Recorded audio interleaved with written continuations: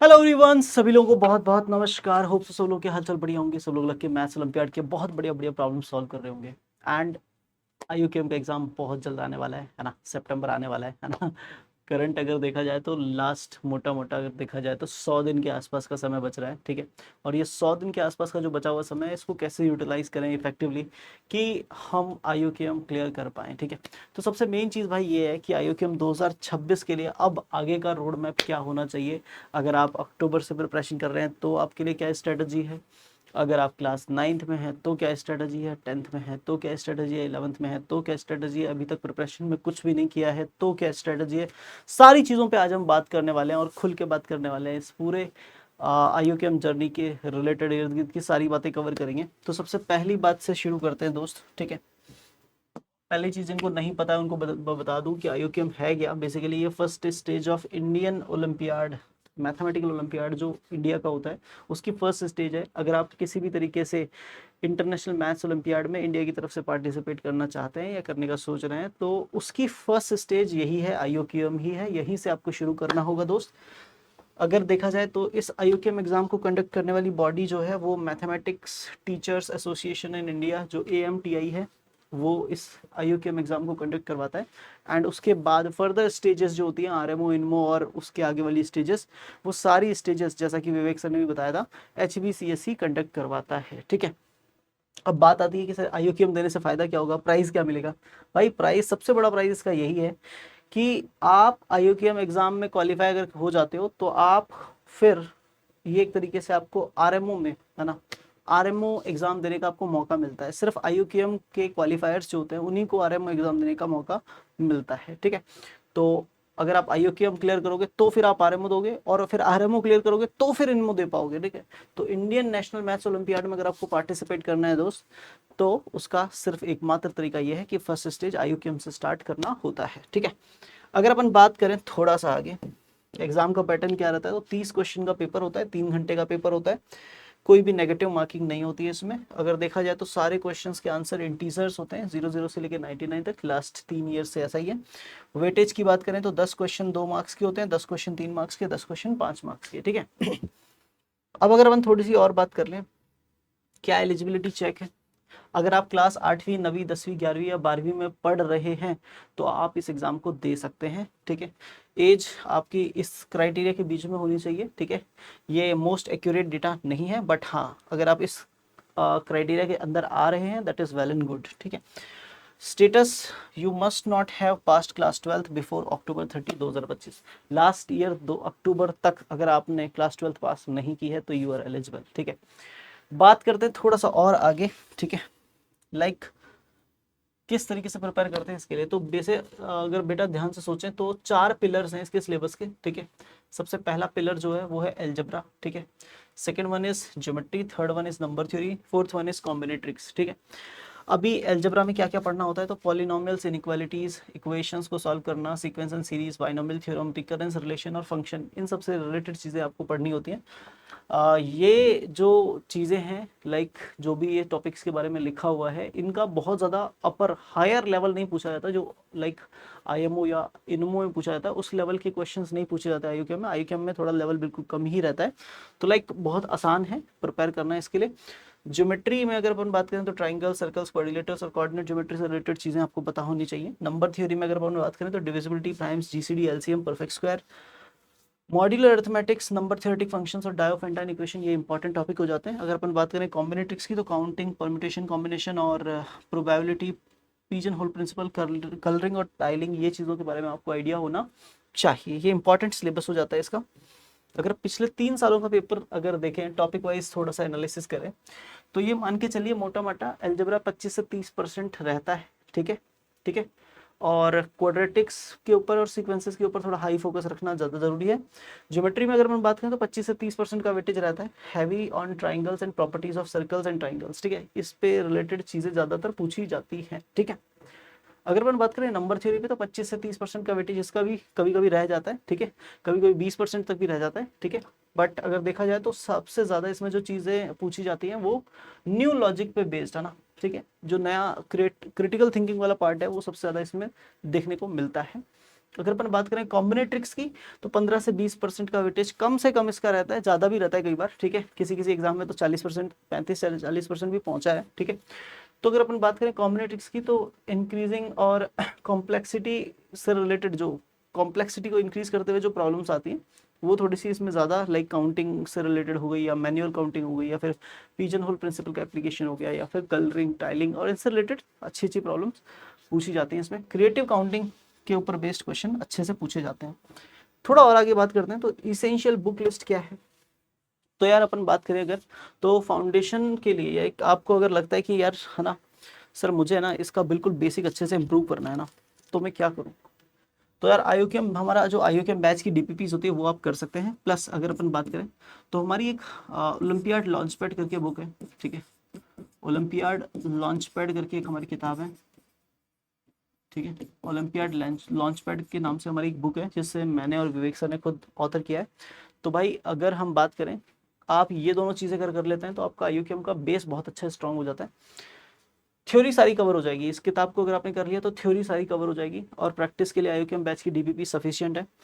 अगर अपन बात करें कॉन्सेप्ट और प्रैक्टिस को अगर बूस्ट करना है तो IUCAM का हमारा जो मॉड्यूल है वो आप परचेज कर सकते हैं। अगर अपन बात करें तो यार प्रैक्टिस के लिए और क्या चाहिए सर, और मटेरियल चाहिए ना, लाइक हमने ये सब कर लिया है तो हमें और क्या मटेरियल मिल सकता है। तो प्रॉब्लम सॉल्विंग स्ट्रेटजीज के नाम से किताब आती है आर्थर एंजल की, वो आप कर सकते हैं। अगर अपन बात करें ज्योमेट्री के लिए स्पेसिफिकली तो यार एक beautiful journey through olympiad geometry करके एक बुक आती है स्टीफन लोजनवस्की की, वो आप कर सकते हैं, ठीक है। थोड़ी बात और कर लेते हैं यार, है ना। लाइक अगर अभी स्टार्ट करें तो क्या करना चाहिए, तो फेज 1 फाउंडेशन रहेगा फिर, है ना। अगर आप अभी स्टार्ट कर रहे हो, लाइक अभी तक प्रिपरेशन स्टार्ट नहीं की है, अभी स्टार्ट कर रहे हो, तो फोकस करना है कॉन्सेप्ट बिल्डिंग पे, ठीक है। कॉन्सेप्ट बिल्डिंग पे फोकस कैसे कर सकते हैं, ओलंपियाड लॉन्च पैड किताब खरीद करके उससे पढ़ना स्टार्ट कर सकते हैं। उसमें भी वही 4 चैप्टर हैं, like number theory, algebra, combi and geometry. यही 4 टॉपिक्स आप फोकस करके अपना कॉन्सेप्ट बिल्ड कर सकते हैं यहाँ पे, ठीक है। अगर अपन सेकंड बात करें तो गोल पे अगर अपन फोकस करें तो लाइक हमारा गोल जो होना चाहिए इसमें, वो कॉन्सेप्ट्स को मास्टर करने में होना चाहिए, चाहे वो अलजेब्रा के हो, चाहे नंबर थ्योरी, चाहे ज्योमेट्री, चाहे कॉम्बिनेट्रिक्स। किसी एक पर्टिकुलर टॉपिक पे फोकस्ड अप्रोच नहीं होनी चाहिए कि मेरा नंबर थ्योरी अच्छा है तो मैं बाकी सबको छोड़ दूं, ऐसा नहीं होना चाहिए। आपको सारे ही टॉपिक्स पे काम करते हुए चलना पड़ेगा, ठीक है। अगर अपन बात करें डेली टास्क तो कम से कम 5 नॉन रूटीन प्रॉब्लम्स आप जरूर सॉल्व करें टू मैथ्स स्टेमिना बिल्ड, ठीक है। मैथ्स स्टेमिना बिल्ड करने के लिए आपको 5 problems at least per day solve करनी ही करनी है, इट इज मैंडेटरी है बेटा, ठीक है। थोड़ी और बात करें, लाइक अगर आप मिड प्रेप चल रहे हैं, लाइक आपने लाइक महीने 2 महीने या 3 महीने या 4 महीने पहले से प्रिपरेशन स्टार्ट कर दी थी, या अक्टूबर से आप प्रिपेयर कर रहे हैं रेगुलरली, तो भाई मिड प्रेप स्ट्रेटजी फेज 2 में अगर आप हैं तो आपका फोकस होना चाहिए डेप्थ के ऊपर। लाइक फोकस होना चाहिए प्रैक्टिस प्रैक्टिस प्रैक्टिस, सबसे पहली चीज जितनी ज़्यादा प्रैक्टिस कर सकते हो उतना ज़्यादा प्रैक्टिस इंपॉर्टेंट है। गोल होना चाहिए deep dive into number theory, ठीक है, कॉम्बिनेट्रिक्स, इनसे रिलेटेड जो चीज़ें हैं उन पे बहुत अच्छे से आप है ना डीप डाइव करें, सारे कॉन्सेप्ट पे अच्छा फोकस करें, अच्छा समय दें, अच्छे अच्छे प्रॉब्लम सॉल्व करें। अगर आप IUCAM लेवल के सारे PYQ कर चुके हैं, RMO के PYQ कर चुके हैं, तो इनमो लेवल के PYQs करें आप। अदर कंट्रीज के PYQs भी आप कर सकते हैं, USAMO, USAJMO या फिर AIME के प्रॉब्लम्स भी आप टारगेट कर सकते हैं, तो यह सब आप सॉल्व करें बेटा। टिप सबसे important, maintain a formula and theorem notebook for quick revision, ठीक है। रिवीजन के लिए एक फॉर्मूला नोटबुक और एक लाइक फॉर्मूला नोटबुक और थ्योरम नोटबुक होनी चाहिए, ठीक है। जो जो इंपॉर्टेंट चीज़ें आप पढ़ रहे हैं उनको रिवाइज करना बहुत इंपॉर्टेंट है। साथ ही साथ इसमें एक चीज़ और ऐड कर देता हूँ मैं, आपका एक एरर एरर लॉग भी प्रिपेयर करें। एरर लॉग क्या होता है सर, कि जो जो गलतियां आप कर रहे हैं, है ना, हर एक क्वेश्चन को सॉल्व करते टाइम जो भी आप मिस्टेक कर रहे होते हैं उसको लिखें जरूर कि मैं ये गलती करता हूँ, मुझे पता होना चाहिए कि मैं ये गलती करता हूँ, ठीक है। जब तक आपको ये पता नहीं होगा कि आप क्या क्या गलती कर सकते हैं तब तक गलतियां होती ही रहेंगी, ठीक है। तो लाइक आपको एरर लॉग बनाना भी जरूरी है। अगर मान लीजिए आप फर्स्ट और सेकंड स्टेज दोनों में नहीं है, फाइनल प्रिपरेशन की ओर है, लाइक आपने चारों टॉपिक्स अच्छे से पढ़ लिए हैं ना, चारों टॉपिक्स, अगर नंबर थ्योरी, कॉम्बी, अलजेब्रा और ज्योमेट्री चारों टॉपिक्स अच्छे से कर लिए हैं, और अब आपको लग रहा है कि यार अब मैं आगे क्या करूं, ठीक है सर, मैंने मॉड्यूल कर लिया, DPPs कर लिया आपके बैच की सारी, है ना, तो मैं आगे क्या करूं। तो देख बेटा यार, सबसे पहली चीज़ तो क्या है ना कि हमारे जो ये बैचेस चलते हैं ना, बहुत ही क्लियरली मैं बता देता हूँ, हमारे जो बैचेस चलते हैं अभी अभी हमारा करंटली IUCAM 2026 बैच जो हमारा अक्टूबर से चल रहा है, ठीक है, ठीक है, अक्टूबर से ये बैच स्टार्ट हुआ था। तो ये बैच में लाइक अभी ज्योमेट्री चल रहा है, ठीक है। तो लाइक आप अगर ज्योमेट्री पढ़ना चाहते हैं, अगर आपका ज्योमेट्री वीक है, ज्योमेट्री यहाँ से कर सकते हैं। अगर आपका लाइक IUQM 2026 का ही 2.0 बैच जो है, ठीक है, ये जो बैच है इसमें करंटली अभी इसमें अलजेब्रा चल रहा है ना, इसमें विवेक सर अलजेब्रा पढ़ा रहे हैं यार, है ना। इसमें ज्योमेट्री चल रहा है, ठीक है, इसमें अलजेब्रा चल रहा है, ठीक है। तो अगर आपको ज्योमेट्री पढ़ना है, ज्योमेट्री के लिए आप ये ज्वाइन कर सकते हो। अगर मास्टर करना है, अलजेब्रा का मास्टर करना है, तो आप ये 2.0 ज्वाइन कर सकते हो। ये करंटली ऑनगोइंग है। इसमें अभी अलजेब्रा के बाद में लाइक ज्योमेट्री होनी है ना। इसके अंदर लाइक रिकरेंस रिलेशन होना है, इसके अंदर लाइक अलजेब्रा तो पूरा ही होना है ना, कॉम्बिनेट्रिक्स पूरा होना है, ठीक है, ज्योमेट्री पूरा होना है, ठीक है। 3 टॉपिक्स तो मेन बचे हुए हैं। तो लाइक 2.0 आप ज्वाइन कर सकते हैं बहुत आराम से। अगर आपको लगता है कि नहीं सर मैंने बहुत कुछ लाइक ऑलरेडी प्रिपेयर कर लिया है, तो आप IUQM चैम्प भी ज्वाइन कर सकते हैं, ठीक है ना। IUQM चैम्प बैच भी ज्वाइन कर सकते हैं। It's totally up to you, ठीक है। आपको सोचना है इन तीनों में से आपको किस तरफ जाना है, ठीक है। अगर आपने लाइक सब कुछ पढ़ रखा है, लाइक अब प्रैक्टिस पे फोकस करना है, तो लाइक आगे की स्ट्रेटजी क्या होनी चाहिए? तो स्ट्रेटजी जो होनी चाहिए आपकी, वो फाइनल प्रेपरेशन की स्ट्रेटजी आपकी स्पीड और एक्यूरेसी पे फोकस करने की होनी चाहिए। सबसे ज़्यादा फोकस करने की ज़रूरत होगी बेटा आपको किसके पे? टाइम मैनेजमेंट पे। टाइम मैनेजमेंट पे जितना ज़्यादा फोकस करेंगे वो सबसे ज़्यादा मैंडेटरी रहने वाला है आपके लिए बेटा। गोल आपका होना चाहिए पास्ट ईयर पेपर्स, सारे PYQs और फुल लेंथ मॉक टेस्ट, ये सब आपको करने हैं बेटा, ठीक है। और यू नॉट इवन सिर्फ इंडिया के, आप बाहर की कंट्रीज के भी राउंड 1 के पेपर सॉल्व कर सकते हैं। स्ट्रैटेजी आपको बस यही अपनानी है कि जो एग्ज़ाम कंडीशंस हैं, ठीक है ना, 3 घंटे का एग्जाम होना है, उस एग्जाम में लाइक क्या क्या हर्डल्स आते हैं। अगर आपने पहले भी अगर IUQM का एग्जाम दिया है तो आप सब जानते होंगे कि किस तरीके से एनवायरनमेंट रहता है ना एग्जाम हॉल का। तो लाइक आपको क्या क्या तरीके, क्या क्या परेशानियां वहाँ पे आनी है ना, उन सारी कंडीशंस को क्रिएट करें घर पे ही, ठीक है, और उस एनवायरनमेंट में एग्जाम दें 3 घंटे का प्रॉपर, ठीक है। और है ना, क्योंकि यहाँ तो हो सकता है कि 3 घंटे का एग्जाम थोड़ा बैठ के दे रहे हो, थोड़ा क्वेश्चन सॉल्व करते करते थोड़ा सा लेट भी जा रहे हो, है ना। पूरा एक वही एनवायरनमेंट होना चाहिए जो एग्जाम का एक्चुअल एनवायरनमेंट होता है। उस एनवायरनमेंट में बैठ के 3 घंटे का एग्जाम दीजिए और देखिए कि आपके उसमें कितने मार्क्स बन रहे हैं ना। कोई डिस्ट्रक्शन नहीं होना चाहिए। पूरा 3 घंटे का टाइमर लगा के एग्जाम दीजिए, फिर पता कीजिए कितने आपके मार्क्स आ रहे हैं। और वो एनालिसिस सबसे इंपॉर्टेंट होगा, इसका एनालिसिस सबसे इंपॉर्टेंट होगा ना, ठीक है। चलिए थोड़ा और बात कर लेते हैं। लाइक अगर कोई बच्चा 9th क्लास में है, क्या गोल होना चाहिए सर, क्या प्लान होना चाहिए स्टडी का? तो भाई सबसे पहले अगर आप 9th क्लास के हो तो मास्टर करना है आपको नंबर थ्योरी और ज्योमेट्री सबसे पहले, ठीक है। क्योंकि 9th क्लास में अगर आप हो तो नंबर थ्योरी और ज्योमेट्री वो चीज़ है जिसपे आप सबसे ज़्यादा प्राइमरीली पकड़ बना सकते हो। सेकेंड थिंग ये भी है कि ये दोनों थोड़ा सा अगर देखा जाए तो फाउंडेशन लेवल पे ही होती हैं, तो वहाँ पर आपको लाइक बहुत हेल्प मिल जाती है। आपके लाइक फ्रेश थॉट्स आपको इसमें बहुत आगे तक हेल्प लेके करके देते हैं। और सबसे बड़ी बात, नंबर थ्योरी ज्योमेट्री अगर हो गया है तो फिर आप अलजेब्रा और कॉम्बिनेशन पे फोकस कर लीजिए। शेड्यूल क्लास 9th के बच्चे का ये होना चाहिए कम से कम 2 घंटे की रोज पढ़ाई जरूरी है बेटा, ठीक है। 2 घंटे रोज पढ़ाई करोगे तभी काम बनेगा एटलीस्ट, ये है ना 2 आवर्स डेली एटलीस्ट लिखा है मैंने, है ना, मतलब इतना तो होना ही चाहिए बेटा, ठीक है। फोकस आपको क्रिटिकल थिंकिंग पे करना है। जितनी ज़्यादा क्रिटिकल थिंकिंग बेस्ड प्रॉब्लम्स करोगे बेटा उतना ज़्यादा आप इसमें बूस्ट करोगे।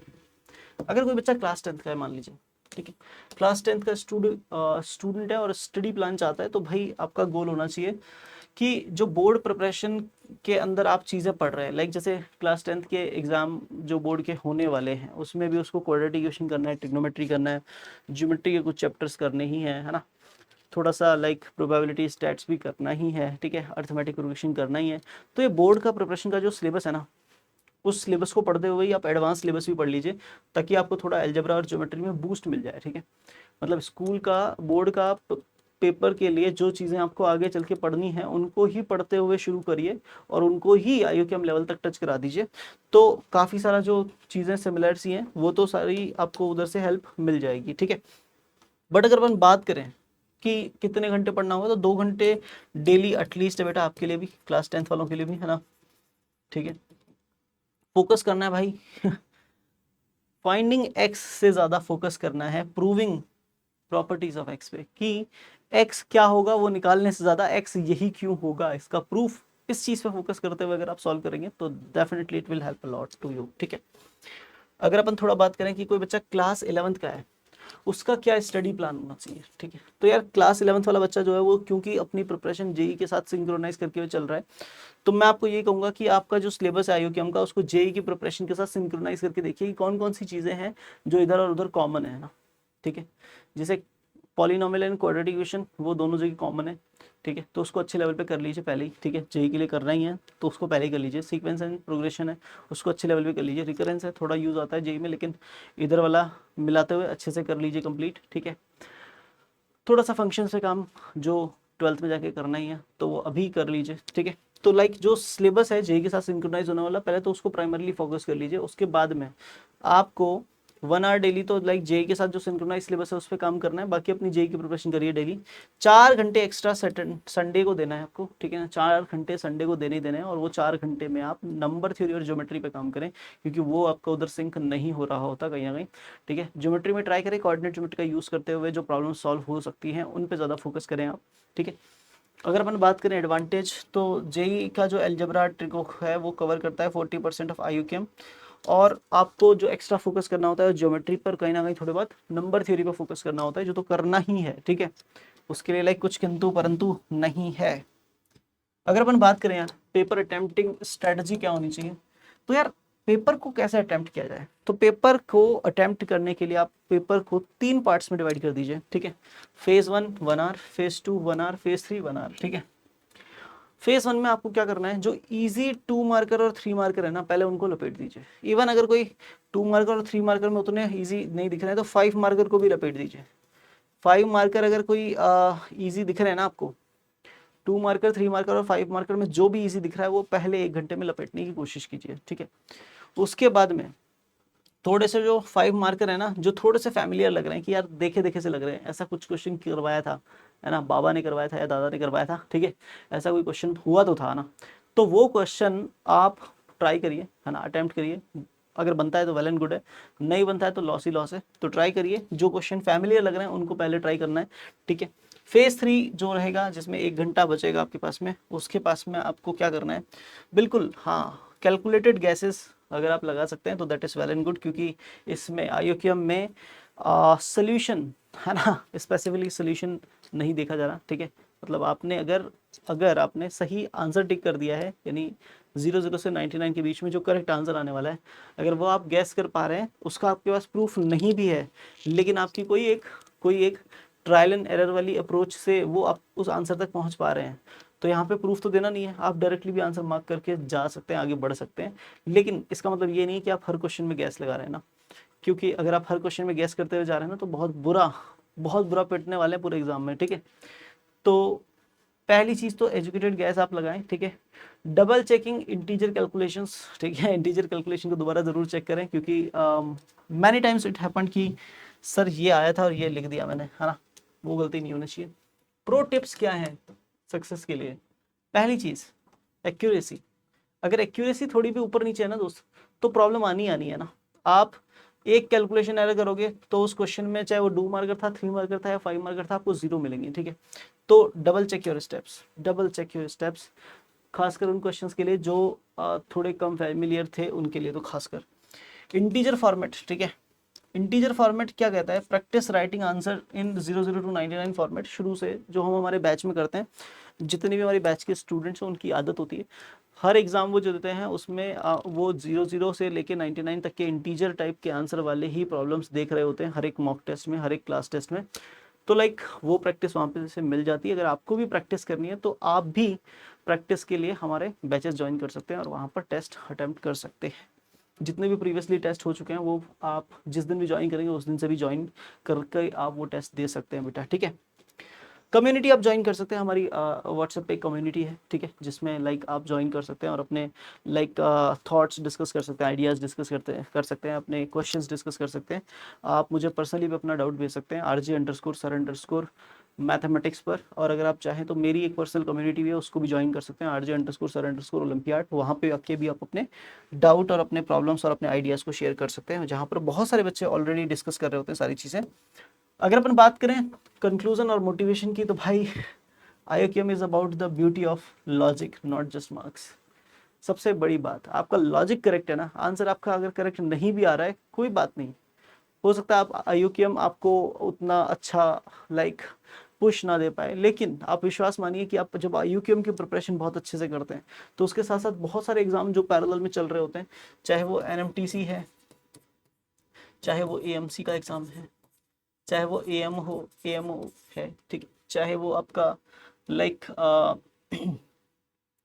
शैटिजन ज्योमेट्री ओलंपियाड है, ठीक है, चाहे वो ईरान कॉम्बिनेट्रिक्स ओलंपियाड है, ठीक है, चाहे वो आपका मतलब लगभग सारे ही एग्जाम्स है ना, इंडिया के भी जो एग्जाम्स अगर अपन बात करें MTRP, ठीक है, या फिर अपन बात करें इंडिया के ओलंपियाड्स में लिमिट, ठीक है, लिमिट भी आप दे सकते हैं। तो लाइक ये वाले सारे एग्जाम्स जो है ना दोस्त, ठीक है, आप स्टैम्प्स दे सकते हैं, ठीक है, ठीक है। अगर अपन बात करें ये सारे एग्जाम्स, अब अगर IUQM की प्रिपरेशन कर लेते हैं तो आपको वहाँ पे उस लेवल पे स्टैंड करने के लिए एक क्या कह सकते हैं, मोटिवेशन दे सकते हैं, एक प्रिपरेशन का एक वो कह सकते हैं ना पीक दे सकते हैं, जिससे आप ये सब अटेम्प्ट कर पाएँ, ठीक है। क्लोजिंग में मैं यही बोलूँगा यार, गुड लक फॉर IUQM 2026, अच्छा एग्जाम दीजिए एंड मचा के आइए, ठीक है, मिलते हैं वर्कशॉप में, है ना। कोर्ट में यही कहूँगा कि every problem has a solution, ठीक है, and you just haven't found it yet. मतलब मैं आपको यही कहूँगा कि यार हर एक प्रॉब्लम का कोई ना कोई सोल्यूशन ज़रूर होता है, हमें नहीं मिल रहा है इसका मतलब ये नहीं है कि उसका सोल्यूशन एग्जिस्ट नहीं करता, हमें नहीं मिला अभी तक, है ना। दैट्स वाई मैं आपको यही कहूँगा कि एक मोटिवेशन अपने दिमाग में ज़रूर रखें। टफ प्रॉब्लम्स आप सॉल्व कर रहे हैं, ठीक है, IUQM की प्रिपरेशन कर रहे हैं, मतलब आप टफ प्रॉब्लम सॉल्व कर रहे हैं, तो लाइक उसमें घबराने वाला कोई वो नहीं होना चाहिए, ठीक है। ऑलवेज स्टे मोटिवेटेड, है ना, और डरना नहीं है, definitely you can do it. आज के लिए इस सेशन के लिए मैं इतना ही बोलूँगा कि लाइक करिए प्रिपरेशन, और अगर आपको कोई इशू आता है या कोई प्रॉब्लम आ रही है प्रिपरेशन में, कोई आइडिया चाहिए, कोई हेल्प चाहिए, कोई गाइडेंस चाहिए, तो definitely you can reach out to me via Telegram RJ_sir_mathematics. Thanks to all of you. Thank you. Bye bye. Have a nice day. We'll meet in the next same session. Bye everyone.